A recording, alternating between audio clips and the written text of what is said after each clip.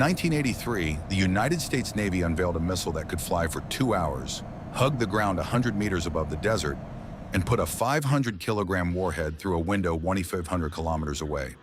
That missile was the Tomahawk. 40 years later, the Tomahawk has been fired in combat more than 2,300 times. It has changed how nations open wars.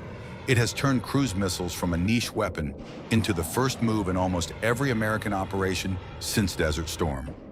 But the Tomahawk is no longer alone. Today, the United States fields 7 generations of cruise missile, from a slow, subsonic patriarch to a stealthy hunter that decides for itself which ship to kill, to a hypersonic weapon that arrives faster than the sound of its own warning. This is every American cruise missile, explained. Before we begin, a quick definition. A cruise missile is, at its simplest, a guided, jet-powered weapon that flies like an aircraft, keeping itself airborne with wings, navigating using GPS, terrain matching, or AI-driven seekers, and striking a precise target hundreds or thousands of kilometers away. Cruise missiles are the opposite of ballistic missiles. Where a ballistic missile goes up into space and falls down on a target, a cruise missile stays low, weaves, hides behind terrain, and arrives quietly. That stealth is its weapon. That low altitude is its survival. And it's why every modern war begins with cruise missiles. We start with the one that started it all. The BGM-109 Tomahawk is the missile that defined cruise warfare for a generation. Designed in the 1970s by General Dynamics, it entered service with the U.S. Navy in 1983. Fired from surface ships, submarines, and briefly, ground launchers.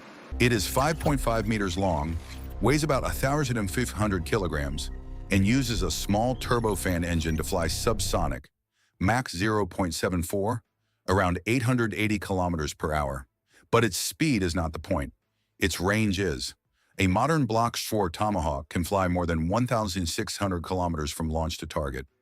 It navigates by GPS, by digital terrain comparison, matching the contour of the ground beneath it to a stored map.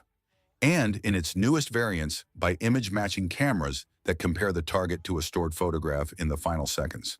In combat, it has been used everywhere. In 1991, hundreds of Tomahawks opened Operation Desert Storm. In 1999, they struck Yugoslavia. In 2003, they kicked off the Iraq War. In 2017, 59 Tomahawks hit a Syrian airbase in less than an hour. In 2024 and 2025, they have struck Houthi targets in Yemen on a near-weekly basis. Total Tomahawks fired in anger, more than 2,300. No other Western cruise missile comes close. The current variant, Block 5, adds maritime strike, anti-ship targeting, and improved electronic countermeasures, making it harder to jam. A new ground-launched Tomahawk, fielded since 2023 on the Army's Typhoon launcher, has reopened a category of weapon that the United States agreed to give up in 1987 with the INF Treaty, a treaty that died in 2019. The Tomahawk is 40 years old. It is still the most used cruise missile in American history, and there is no plan to retire it. If the Tomahawk is the missile of the Navy, the AGM-86 is the missile of the bombers. Built by Boeing and entering service in 1982, the Air-Launched Cruise Missile, ALCM, is in many ways a Tomahawk with wings adapted to drop from the bay of a B-52H Stratofortress instead of bursting from a vertical launch tube. 6 meters long, subsonic, and built around a small turbofan, the ALCM came in 2 variants. The B variant carried a W-80U-1 nuclear warhead with selectable yield from 5 to 150 kilotons, meaning it was capable of destroying a city or just a hardened bunker, depending on how the crew set it. The C variant, also known as the conventional ALCM, carried a 1,360-kilogram high-explosive warhead.